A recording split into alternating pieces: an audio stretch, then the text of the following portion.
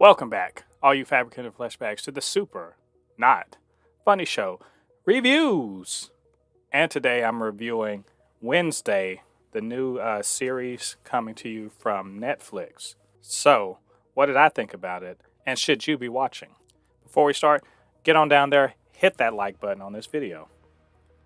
So, normally I don't like to review Netflix series, or really any series that they drop all at once.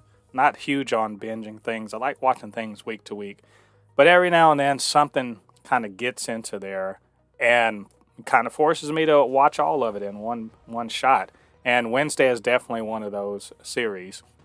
It's a series that I knew about. I've been keeping up with that this was coming out, saw some trailers and everything. Thought it might look intriguing, but also have fond memories of the movies from the 90s and watching the old 60s show back in the day as a kid. And so I was really wondering, how could they update this show in a way that made sense? Could Wednesday carry an entire show? And what were we supposed to expect? Netflix is mostly good on TV, but not always. And this is very much a beloved franchise, a beloved property that could go terribly wrong in the wrong hands. But you know what? Tim Burton was on board with this, and the creators of Smallville. So they got to it. And Jenna Ortega came in to star as Wednesday as the title character. So all that being said, what's this about? What I think about it? Now, I'll say off the top, I really love this show. I don't think I'm alone in that either. There seems to be a lot of buzz online about this show. And I will say, just to add my 2 cents, I love it. In spite of the fact that in many ways it's a pretty conventional, sort of YA, CW sort of murder mystery, supernatural thing. There's a ton of those over on CW, Vampire Diaries and Nancy Drew and Riverdale and all that stuff. There's plenty of those over there, and they have their fans. I'm not one of them. But this seems to sort of hit on all of those. I don't want to say tropes, but the conventions of the form of this type of TV show. It seems to hit on all of those, maybe sort of poke a little fun at them, or maybe even steel man some of the more egregious examples of the form. But then it has the good fortune of having a great main character in the form of Wednesday Addams, and it has a great star to portray Wednesday Addams in Jenna Ortega, whose take on the character is simultaneously, really original on its own. Like there's elements of it that no other version of Wednesday had, but also does pay a little bit of homage to previous versions of the character, intentionally, unintentionally. Maybe this is just in the DNA of the character itself. But Wednesday is very much a, 16, 17-year-old goth girl, but not in, the way you think, chains and earrings and all that, but very much just all in black, very, dour. It's got that conventional Wednesday Addams, fatalism, all the sorts of things that the Addams family is known for. And plenty smart, very capable, and a loner that's more or less being forced to not be a loner anymore. And she's also, she starts out as a troubled kid. You saw this in the trailers, that to get back at these bullying kids at her high school who are bothering her brother, she puts piranhas in the pool and causes a pretty bad injury to one of the kids. And she has to more or less move to a new school. And that's the start of many other kinds of shows and stories like this. But in this case, the school she's going to is for outcasts, and this is a world in which, quote, outcasts are known about. And outcasts meaning supernatural people that have powers. In this case, they're sort of sirens and werewolves and vampires and so forth. They're called outcasts, and they're known in this world, and they have a place. And in this case, they have a school specifically for them. So you could be forgiven if you looked at this and thought, oh, they're doing Hogwarts again. or oh, they're doing Percy Jackson again, or something like that. Not because Percy Jackson and Harry Potter are so original, but because boarding school stories are a thing that have existed for a long time, and why not be boarding school for special kids, the X-Men or whatever. And Wednesday she goes into this being an outcast among outcasts. And rather than being kind of a, oh no, woe is me, no one likes me, she's very much okay with being her own person and, kind of marching to the beat of her own drum. And at the same time, this kind of, no F's given attitude also kind of endears her to some of the characters. So we get a cast of characters to complement Wednesday in the form of a complete, opposite sort of character as her roommate Enid, played by Emma Myers, beautifully done as a werewolf girl that hasn't haven't changed yet. She's super bubbly, wearing all pink and all that other stuff. She's kind of doing her thing in the complete opposite way, and kind of draws strength and confidence from being around Wednesday.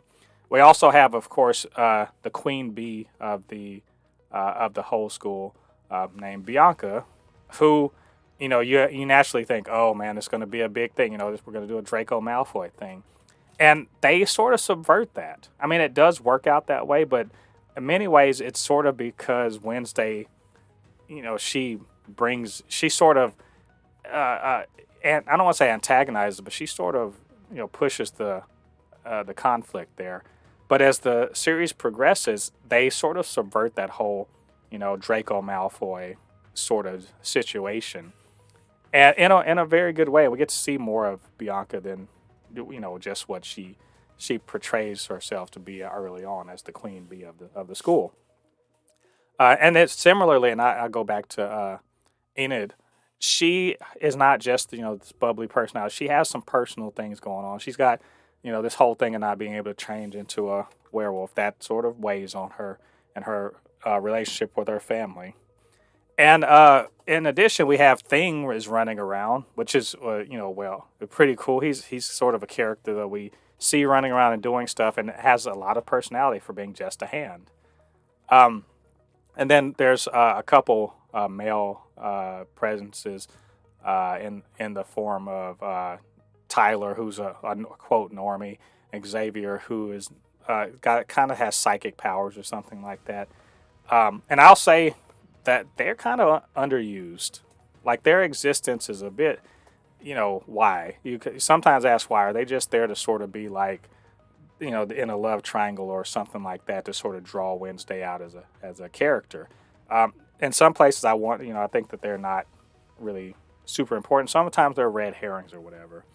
And so if I've had to say anything about this show that sort of lets me down, is that those boys are sort of window dressing sometimes, or just not very well used.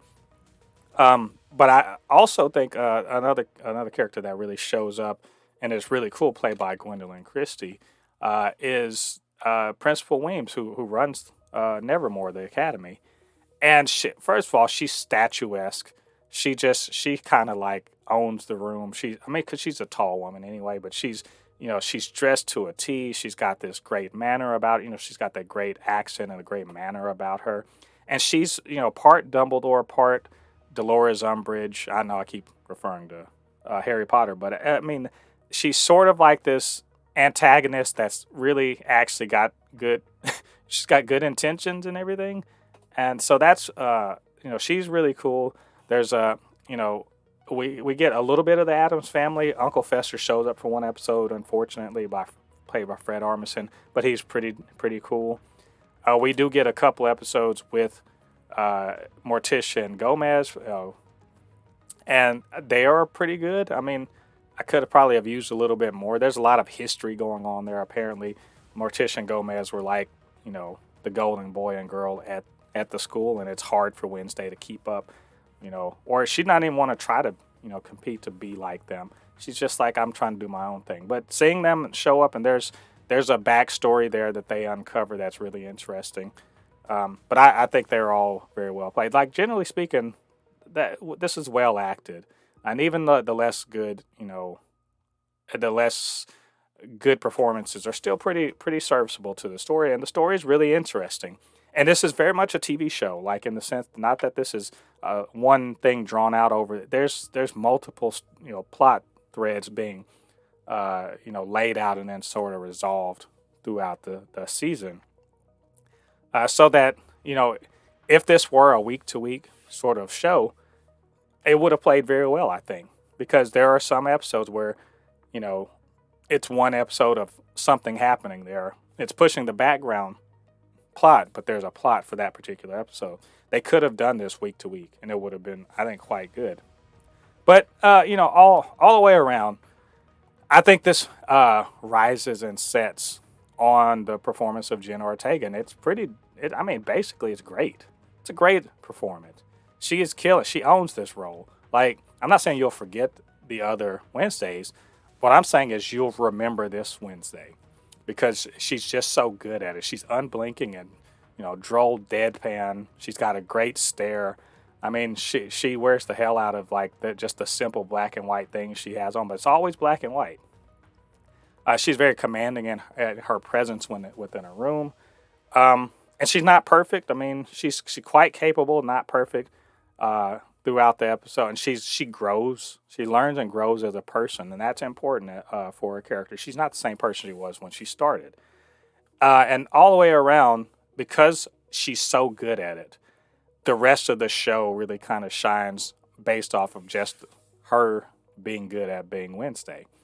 And for that alone, I mean, that's worth the price of entry. To get into this, you'll want more. When this is all said and done, when you're done with the 8 episodes, you'll ask, where the hell is the second season? When are y'all going to green light that? And I have high hopes. I'm pretty sure because of how much people are talking about it and watching and everything, that this is really going to be a show that does get renewed. And my last thing is do yourself a favor. Even if you haven't watched this yet, go check out that dance that Wednesday was doing in the 4th episode.